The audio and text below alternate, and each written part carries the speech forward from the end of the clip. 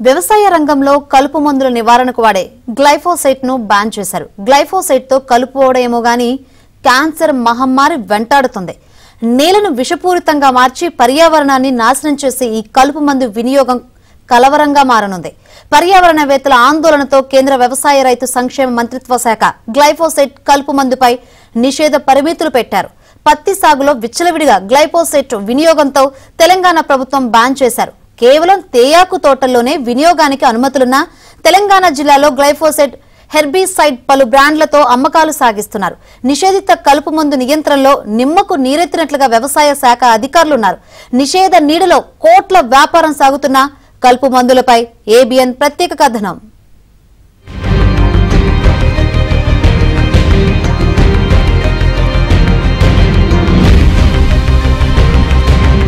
వ్యవసాయ రంగంలో ప్రధాన పంటలైన వరి, పత్తి సాగులో రైతాంగానికి ప్రధాన సమస్య కలుపు. ఏపుగా పెరిగే పైర్లకు కలుపు గడ్డితో అనేక సమస్యలు. దీంతో కలుపును గతంలో కూలీలను పెట్టి పీకించేవారు. కానీ కాలక్రమంలో సాగు విస్తీర్ణం పెరగడం, కూలీల సంఖ్య తగ్గడంతో రైతులు కలుపు మందుల వినియోగానికి అలవాటు పడ్డారు. దేశవ్యాప్తంగా కలుపు మందుల నివారణకు గ్లైఫోసైట్ వినియోగం విపరీతంగా పెరిగింది. గత 30 ఏళ్లుగా కలుపు మందుల వినియోగంతో కలుపు నివారణ మందు గ్లైఫోసైట్ నేలను విషతుల్యం చేయడంతో పాటు మానవులకు క్యాన్సర్ కారకంగా మారింది. దీంతో పలు పరిశోధనలు చేసిన తర్వాత పర్యావరణవేత్తల ఆందోళనతో కేంద్ర వ్యవసాయ రైతు సంక్షేమ మంత్రిత్వ శాఖ కలుపు మందు గ్లైఫోసైట్ పై నిషేధంతో పాటు పరిమితులు విధించింది.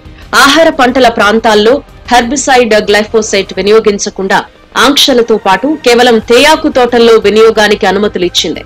పెస్ట్ కంట్రోల్ అథారిటీ డీలర్లకు మాత్రమే గ్లైఫోసైట్ అమ్మకాలకు అనుమతులిచ్చింది.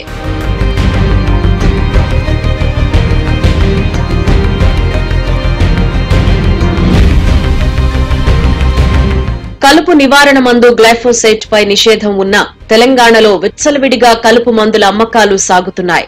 పలుచోట్ల తనిఖీల్లో పట్టుబడుతున్నా వ్యవసాయ శాఖ అధికారులు పూర్తి స్థాయిలో నియంత్రణ చేయటం లేదనే విమర్శలు పర్యావరణవేత్తలు చేస్తున్నారు. తాత్కాలిక అవసరాల కోసం రైతాంగం కలుపు మందుల వినియోగం దీర్ఘకాలంలో నేలను విషతుల్యం చేయడంతో పాటు పర్యావరణ పరంగా అనేక సమస్యలు తలెత్తుతున్నాయి.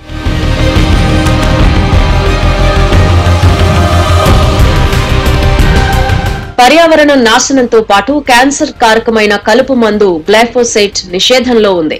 ఎవరైనా చట్ట వ్యతిరేకంగా వ్యాపారులు గ్లైఫోసైట్ కలుపు మందు అమ్మితే చట్ట ప్రకారం శిక్షిస్తామని, అక్రమ పురుగు మందుల వ్యాపారాన్ని ఉక్కుపాదంతో అణిచివేస్తామని వ్యవసాయ శాఖ మంత్రి తుమ్మల నాగేశ్వరరావు ప్రకటించారు. తెలంగాణ జిల్లాల్లో అక్రమంగా కలుపు మందులు అమ్మే వారిపై వ్యవసాయ శాఖ ఆధ్వర్యంలో టాస్క్ ఫోర్స్ కమిటీలు పనిచేస్తున్నాయని, రైతులు నిషేధిత కలుపు మందులు వాడి పంట పొలాలను, ఆరోగ్యాలను నాశనం చేసుకోవద్దు అని వ్యవసాయ శాఖ మంత్రి తుమ్మల నాగేశ్వరరావు రైతాంగానికి పలు సూచనలు చేశారు.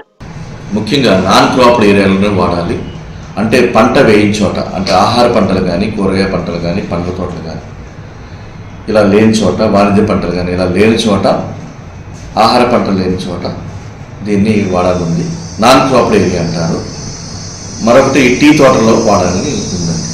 షరతుతో కూడినటువంటి డోసేజ్ మాత్రమే వాడాలి.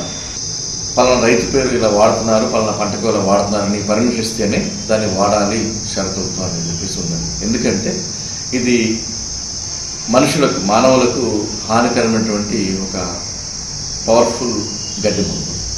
గ్లైఫోసైట్ ను కలుపు మందులుగా వినియోగం చేయకుండా రైతులకు అవగాహన కల్పించడంతో పాటు వాటిని కట్టడి చేయాల్సిన ఆవశ్యకత ఎంతైనా ఉంది. వ్యవసాయ శాఖతో పాటు పోలీస్ శాఖ కూడా నిషేధిత కలుపు మందులపై ఉక్కుపాదం మోపాలని, నిషేధిత కలుపు మందుల అమ్మకాలపై పూర్తి స్థాయిలో చర్యలు తీసుకోవాలని సంబంధిత వ్యవసాయ శాఖ అధికారులు వివరణ ఇస్తున్నారు.